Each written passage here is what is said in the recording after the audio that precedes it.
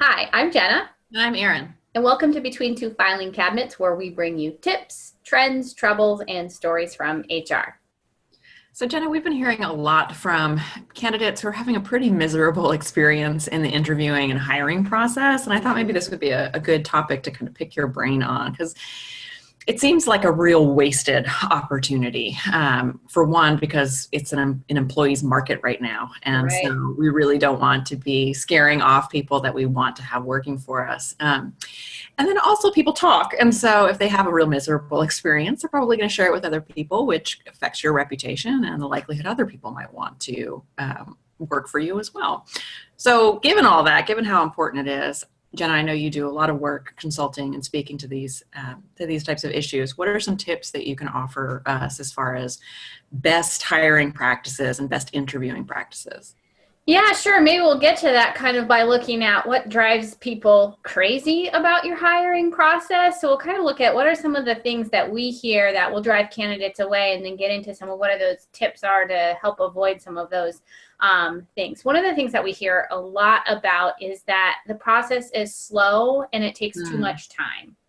And so then we have a very hyperactive environment where people are like, they want a response quickly, they want a quick hiring process. And so part of it is you have to manage expectations and stay connected with people, which also means you have to prepare. So once you begin that sort of recruitment process, if you've got to be prepared and have a timeline of when do we want to connect, when are we starting the next step in the process, so that you can communicate that directly with people. Now, certainly some positions are going to take more time than others. Typically, a higher level position is going to take a little bit longer. There's usually more at stake, and so there might be a few extra steps. You just got to communicate that to people in advance versus, sort of entry level, even mid level. You better have a decision within 7 to 10 days. So this is a very small time frame. And during that time frame, you want to stay connected with people, stay in touch with them. So it's, sort of traditionally people like they'll contact someone, they'll schedule the interview, and then they're kind of like hands off for a little bit. But mhm. that's in this market, that's where people are going to drop out of the process if they have to wait a week between the time that they applied and the time that they're interviewing. And so if that is what the process requires, tell people in advance and then stay connected with them, right? So, hey, looking forward to the interview. Here's some resources to learn about our company. Here's who you're going to be interviewing with. Maybe here's some, here's some videos from our YouTube channel. Here's some things from our blog to keep them engaged along that process right away. I love that because you've mentioned that how it should be more of a two-way process and not Yeah. just a one-way process. Nice. Yeah, I think that's, again, sort of that traditional approach to interviewing is where people spend so much time just focused on what is this person going to bring and really trying to figure that out. We don't spend nearly enough time educating them about our culture and our values and what can they add to that and what are we looking for someone to add to our culture. And so it's a little bit lopsided, and I think so we've really got to change how we approach that interview and really move away from sort of those traditional interviews that can be kind of off-putting for people, especially now. um, Another thing that will drive candidates crazy is that you're not prepared. So a lot of times people will show up, especially I'd say in panel interviews is where we see kind of that lack of preparation most often, where people will, come to an interview and the panel hasn't reviewed that person's materials. If they've gone through another set of interviews, they haven't been provided any notes. They haven't figured out who's going to be asking what. And so it becomes a really confusing and stressful process, not only for the candidate, but for the people in the panel. There's no fun for anyone. Mm. So making sure that your interview team is really, really prepared and using time wisely as well. We don't want to waste people's time. It's in such short supply. We know people have such short attention spans. So the time that we have them, we want to make a really good use of it. Right. I think that drives candidates crazy too. Sometimes it's when employers are trying to be a little bit more fun, and so they're throwing out questions that maybe works for Google, but maybe probably won't work for most organizations. Like, what kind of tree would you like to be? I mean, that's not probably the most effective use of time. And I think that that kind of drives candidates crazy as well. Right. Yeah. And there's a time and the place. Like maybe if you're hiring for like a creative marketing type position, Sure. maybe that's appropriate. But for most Garden positions, nursery. yeah, what flavor of ice cream would you be?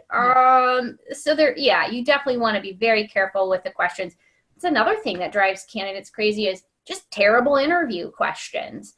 People are really bad at interviewing. What's the worst interview question you think you might have heard ever? What the worst one that I don't know what the worst one that I've ever heard is off of the top of my head, but kind of some of those ones that I think that you were talking about that just are like, why are you asking this? It has nothing to do with the position. This is an accounting position. What does that do with it, right? Right, yeah. Why does it matter what flavor of ice cream I am? Because if you make ice cream, maybe it matters.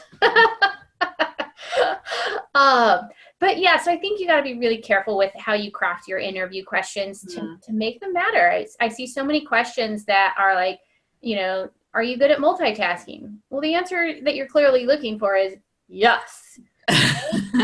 So people don't really get enough into really giving specific examples to demonstrate their experience.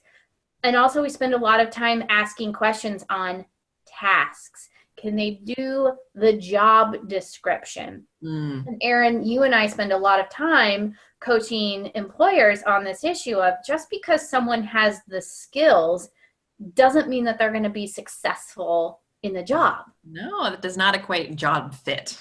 Right. We need to uncover a little bit more about what makes them tick, their personality, which is why predictive index is really helpful on that. And then it helps craft interview questions that are actually relevant to the job fit, and that candidate. Pretty nice too. Yeah, I think that's a great thing about predictive index is exactly what you said. If we can craft those job, skill questions and come up with really great scenarios, but really at getting at what are their core drives? What's driving them? That's really hard to discern on our own. And so using something like predictive index that gives you the science behind it makes it so easy to figure that out and understand what you should be listening for, what questions you should be asking and digging into. And then it also kind of lets you know, like if someone answers a question that seems really inconsistent with what maybe we already know about their core drives, we can tap into that and go, are they just trying to give me the answer that they think I want to hear, or is this really them? Right. But yeah, it seems so much more tailored to the individual, or not treating them like a number, kind of goes back to that experience. People don't like to be put on hold, like you were saying, for long amounts of time, as if they don't have other options or that people don't care, right? So right. Them in that individual capacity, having respect for their time. Yep, absolutely. Yep. Another thing that we hear about is just poor technology. And, we see a lot of companies that are still sort of in that traditional recruitment approach of post job online, apply, but it's not meeting the needs of probably a lot of today's workforce. And of course, there's always a caveat with that. Some industries are still very traditional, like truck drivers. They're probably not going to be looking in a more sophisticated way. That's what we've heard from, our members that they're hiring drivers. So they're not looking in some of these sophisticated ways. They're not going to apply on a tablet. But so you do have to customize that. But that's a complaint that we hear, is that the technology around your hiring process is not good. People want to be able to apply online, whether that's on your website. It should be on your tablet, so it should be modified so that you can apply mobile friendly on your phone, on a tablet, sort of any method that you can.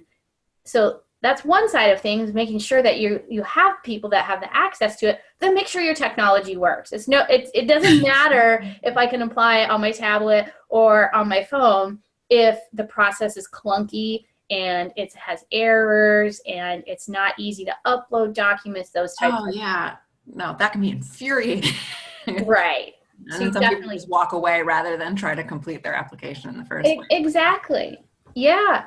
And you have to look at where your labor market is. I worked with a company who they required people, in order to apply, you had to apply in person at this company. Well, they were in a really remote location where they had a really just bad labor pool anyways. And, they're like, well, that's just kind of how we have always done it. And they're talking to me about how they just don't get any quality candidates. And I said, well, yeah, because, people probably have to drive an hour and a half to turn in their application, because that's the only way that you'll let them. Wow. That's not meeting their needs. And so we really had to work with them, to make sure that the technology was there to be able to overcome that, but change their process. And it's a big change for them. Interesting.